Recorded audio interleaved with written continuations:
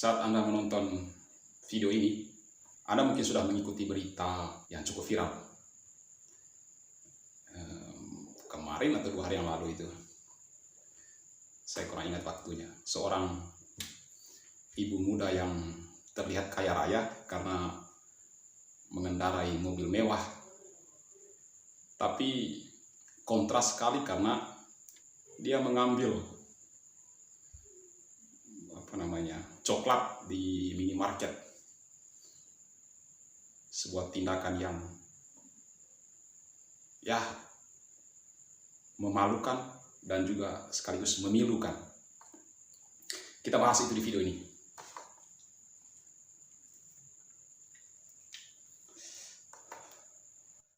I know you told your friend you're not okay, and tell me what's wrong and why you never said you felt that way. Anda mungkin punya sudut pandang sendiri mengenai peristiwa sosial yang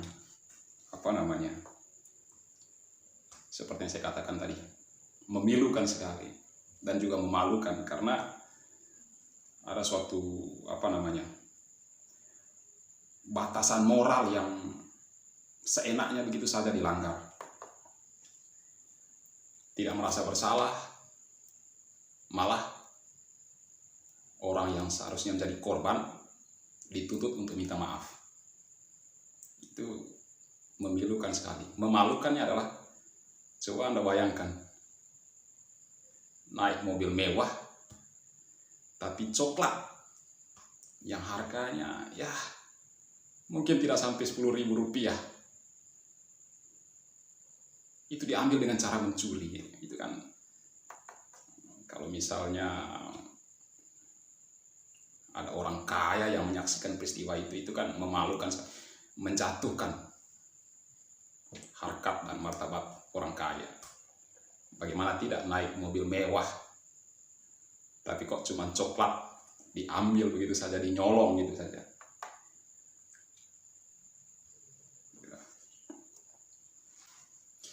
Waktu saya menonton berita itu, awalnya saya jengkel. Yang membuat saya jengkel adalah si pegawai Alfamart ini justru dipaksa untuk minta maaf. Suatu tindakan yang sebenarnya tidak bisa ia lakukan. Ia menjalankan tugasnya. Dia justru akan mendapatkan sanksi yang lebih berat dari pimpinannya kalau misalnya membiarkan kejadian itu terjadi. Dia tahu bahwa ada orang yang nyolong coklat begitu saja, tapi dia tidak bereaksi, dia tidak bertindak untuk mengatasi hal itu. Mungkin kalau dia tidak segera mencegat ibu itu, konsekuensi adalah dia akan dipecat dari pekerjaannya sebagai pegawai minimarket itu. Dan mungkin lebih jauh lagi, pekerjaan itu merupakan satu-satunya yang merupakan penyambung hidup, bahkan mungkin penyambung hidup bagi keluarganya. Mungkin dia misalnya sebagai tulang punggung keluarga. Kalau dia tidak ambil tindakan, tapi tindakan yang ia ambil itu dengan sikap profesional yang ia miliki sebagai seorang pegawai, si ibu ini justru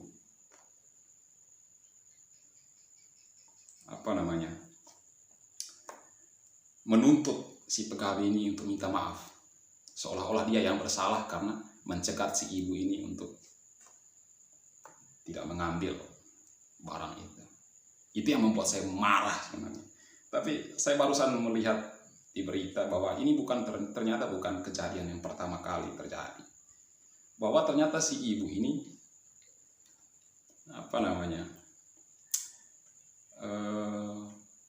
punya masalah secara kejiwaan. Istilah psikologinya mereka sebut sebagai kleptomania, ketagihan mencuri gitu. Saya akhirnya mikir,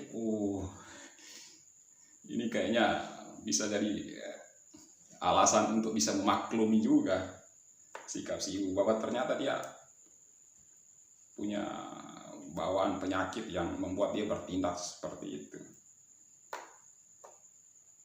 Dikatakan juga dalam berita adalah bahwa si ibu ini waktu ngambil itu coklat, itu dia dalam keadaan tidak sadar. Saya mikirnya seandainya itu ibu dalam keadaan tidak sadar, seharusnya dia masuk mobil juga bukan mobilnya yang dia masuki. Dia harusnya masuk mobil orang karena dalam keadaan tidak sadar atau setengah sadar. Kok ngambil coklat sadar tapi bayarnya enggak itu. Jadi gugur itu alasannya, tidak masuk di akal. Tapi pelajarannya bagi kita adalah bahwa apa yang nampaknya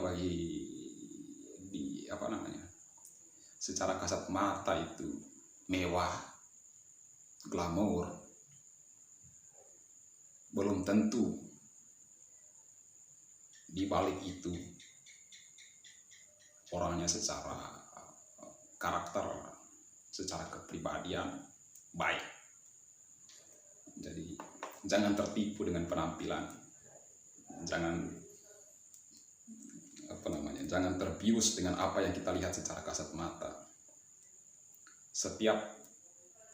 Siapapun yang kita temui di segala situasi dan kondisi selalu punya alasan untuk waspada. Seperti siapa namanya itu yang selalu mengatakan waspadalah. Karena memang kita tidak bisa menebak atau bisa menduga orang yang macam mana dan dalam situasi yang bagaimana akan membuat kejahatan terhadap kita. Jadi satu-satunya alarm yang kita pakai adalah tetap berwaspada di segala situasi dalam menghadapi siapapun. Sekian, terima kasih.